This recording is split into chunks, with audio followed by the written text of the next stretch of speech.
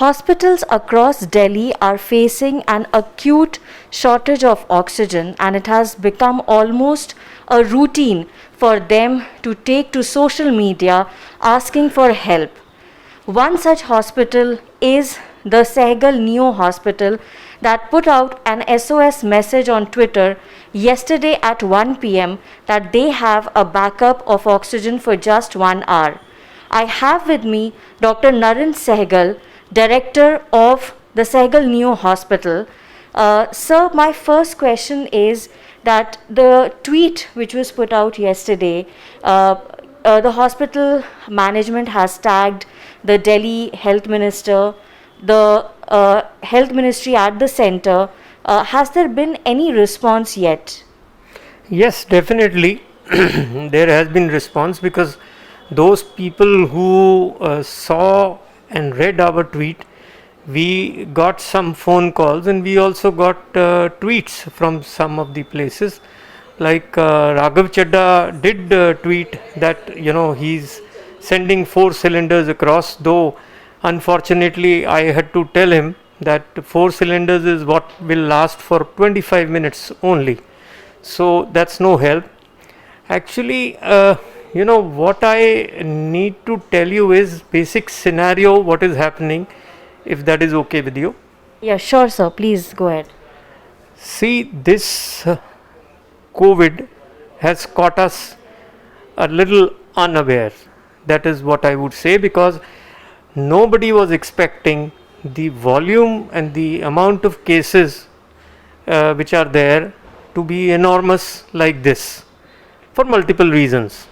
But the volume is too much, and I have a feeling that if there is one positive tested case, there are another 4 or 5 which have not been tested, and the volume, that means in Delhi the load is tremendous. And this can be confirmed by the fact that people are not able to arrange and organize a bed for themselves, and persistently we are getting calls for a bed, for an ICU bed, and we are not able to help them, though the number of beds have definitely been increased tremendously in Delhi. Now, in such a scenario, the main treatment which is required for COVID is oxygen. And I think arrangements which are there to deal with the COVID disease, I think probably we are not able to cater to the requirements at the moment. The load is so much, and as far as oxygen is concerned, which is the mainstay of treatment in COVID and a big requirement, I think nobody expected that seeing what we faced in the first wave of COVID, that we will be needing so much of oxygen, and suddenly we started finding that we are very short of oxygen supplies. And it really gave us sleepless nights, because having 60-70 patients in my hospital who require oxygen, and suddenly I find that I will have nothing for the patients after 1 hour. It gives you jitters, and obviously that will be a very, very big crisis, and maybe even harm the patients. That is why this fear. Sir, I also wanted to understand that in your tweet yesterday, you have mentioned that there was this letter from the Delhi government, and the distributor who was supposed to supply oxygen to the Sehgal hospital has been changed, and therefore this crisis. So I wanted to understand why this letter has been issued now, and how the change of distributor has made it difficult for you to ensure timely supply of oxygen. See, what happened in last 10 days was that the demand of oxygen increased so much that every hospital, every nursing home, they suddenly realized that they are not able to get the amount of oxygen which is required to treat the number of patients which are there. So everybody was running from pillar to post, trying to organize, sending SOS calls, and somehow managing. and few people did have problems who stopped taking admissions. Now in such a scenario, I think government realized and woke up, and they tried to regulate the supply, got extra supplies from wherever they could, and streamline the allocation, that which hospital will be supplied by what vendor, so that there is clarity on what is required. But in the process, I think somewhere when such a thing is being done, there was some error, and the vendors which were entrusted to supply to us, we realized, were small vendors, and they could supply only oxygen cylinders, while we were and we are dependent majorly on liquid oxygen, or LMO, that is liquid medical oxygen. And when we realized that we will not be able to get that, we panicked, we contacted authorities. But I think in these days everybody is very busy, it was not easy to get a response, and so we tweeted because we wanted to raise the issue to that level. And yes, there was some response, and we are still struggling but trying to solve the problem. My next question, sir, is this, that have you also informed the attendants of patients and asked them to make some alternate arrangements? Are you planning to shift these patients elsewhere? Because it's been like almost 24 hours since the tweet was first put out. So how are you going about managing this situation? See, it was a very alarming situation, and we had to take very quick decisions. So there were two things which we did. All those patients who were on low flow of oxygen, we made an alternative arrangement, and we had devised a method in last couple of days where those cylinders which were supposed to be empty, if they are directly connected to a tubing and the mask, and you regulate the flow through the bottle with water, so with bubbles you can control, and you get approximately 2 hours of oxygen from that empty cylinder which is supposed to be changed. So all these patients were put on that. So we started conservation methods, you understand.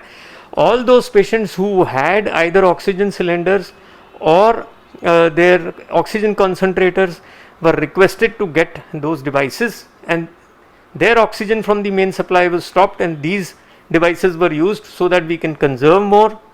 And the lately a standard which has been declared by All India Institute, that instead of keeping the oxygenation to 96-97%, you can bring it down to 93%. So we again asked one intelligent nurse, explained to her what is required, and she went around regulating oxygen in such a way with every patient that the oxygen flow could be reduced to bring it to 93% of patient oxygen saturation. So this way we got a little more time. Plus we started asking our neighboring hospitals for help. Plus I think I raised the issue with various DMA leaders, and and tried to approach Dr. Harshvardhan also.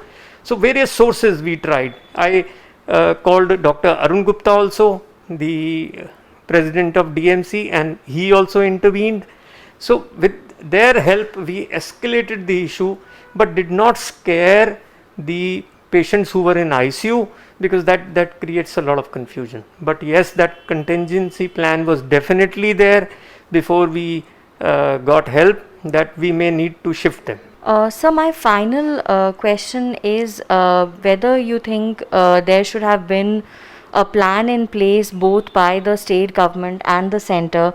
There is already a hearing going on at the Delhi High Court where the state government is claiming that every week they are getting less quota of oxygen than what is being demanded. For example, last week they got 400 when the demand was for 490 metric tons of oxygen. But still, it has been a year since the outbreak of this pandemic. Do you think that there could have been a more concrete plan to deal with this crisis, both by the center as well as the Delhi government?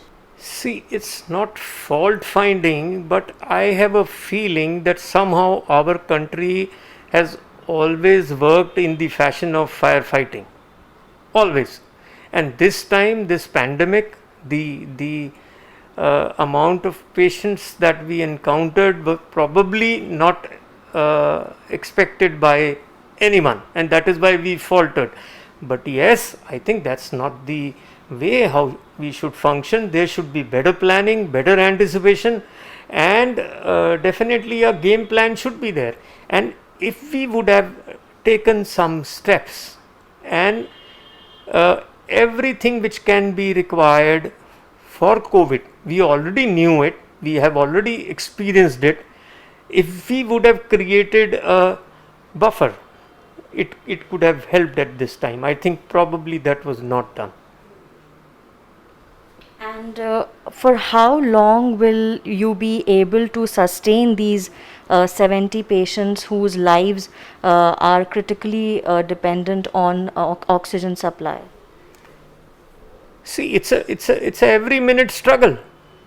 I was able to arrange oxygen in an interim way, but the final order has not come as yet. Till that is corrected, I'm sitting here with the narrow coronaries, and it's not a good feeling to have. I don't know whether I'm supposed to be concentrating on treatment of patients or trying to get oxygen, which is I can't produce oxygen unless and up till I should have been told 1 year back that all hospitals of this level, should be putting up their own oxygen plant. I think that can one of the plans, and government should subsidize it instead of spending say 60-70 lakhs for this kind of a plant. They should subsidize it the way they have done with solar plants. And I am sure everyone would like to go for such a scheme and would not like to be dependent the way we are feeling now. That should definitely have been done, and some buffers, because there is so much of oxygen. I am told there is no scarcity of oxygen. It is just bad planning. And what is the impact of such firefighting on your staff on a daily basis? Because conversation with the medical practitioners is telling us that this entire crisis is having a very debilitating effect on the mental health of the frontline workers. So, what is like their duty hours, and if you can share any anecdote, how are they going about managing this crisis day after day? I would like to say, I think this is where leadership helps.